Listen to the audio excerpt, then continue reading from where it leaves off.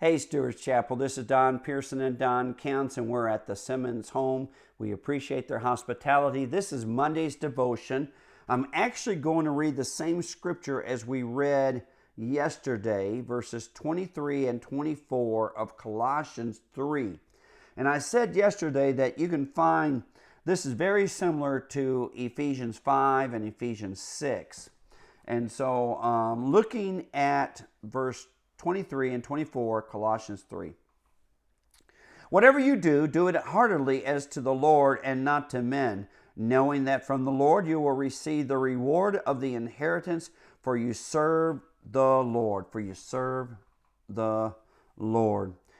I don't know why. I recognize that some of you may have missed 1 or 2 days. So 3 days ago, we looked at the golden rule, doing unto others as they would do unto you. And then the next day, I shared with you that I believe that as Christians, that we have a new commandment, a standard or a rule, a challenge to go way beyond, to carry the water, to go the extra mile way beyond doing unto others as you want them to do unto you.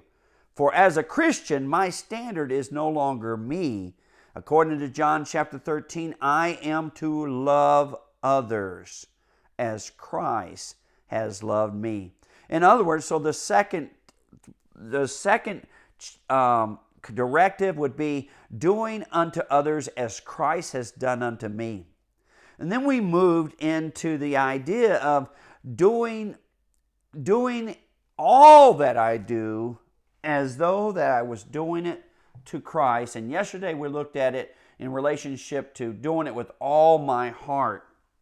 Well, there was more for yesterday than I could take care of in one devotion, so I'm going to deal with this now, some of the other. In the same passages in Colossians and in Ephesians, you will find that the standard for Christians of being Christ and how they conduct and how they respond to each other is consistent no matter what relationship I'm in. Yesterday it was the slave to the master. But you will find in Colossians and Ephesians the same thing is true for the wives. The wives, submit to your own husband as is fitting in the Lord. In Ephesians 5, it says, as you do to the Lord. So the wives' command to submit to their husband is in direct proportion to her understanding what her submission to the Lord is like. Husbands are called to love their wives in direct proportion to the way they know Christ has loved them and the church. So the way I love my wife is enhanced by my greater understanding of how Christ has loved me and his children. Children in verse 20 of Colossians 3, children, obey your parents in all things, for this is well pleasing to the Lord. In Ephesians 6:1, it basically says the same thing. And so a child, and I'm a child, my parents are gone, but if my parents were still alive, it doesn't matter how old they are or how old I am to obey and submit, to be subjective to my parents as I would be to the Lord, because that's pleasing to the Lord. So wives, husbands, children, and even parents. Parents in Ephesians 6:4, it's the standard of the Lord. Masters in Ephesians 6:9 are reminded, and in chapter 4, verse 1, it says, Masters, give your bondservants what is just and fair, knowing that you also have a master in heaven.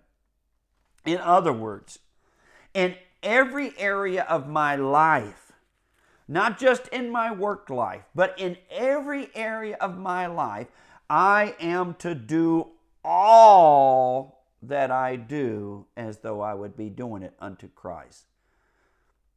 So, when you think of that directive, Are there some areas of your life that you shine, are doing better than others? Which other areas of your life do you need to give more attention to being like Christ and remembering that what you're doing is unto Christ? I'm going to just take us probably no more than 2 minutes, real quick. I hear this more from men than women, and I don't know why. Men become very, very disgruntled in their work when they feel like they're not being respected or honored. They will feel justified in the way that they respond in that. Let me remind you that the dialogue that Jesus uses to choose to discuss doing it unto the Lord, it is in the relationship of a slave with a master.